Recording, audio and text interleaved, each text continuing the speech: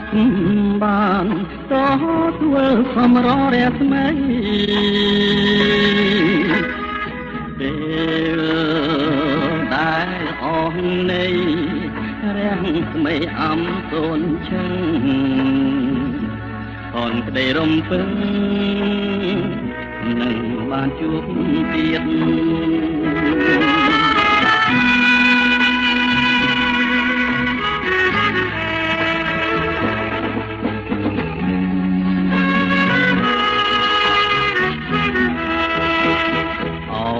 សូមអាផត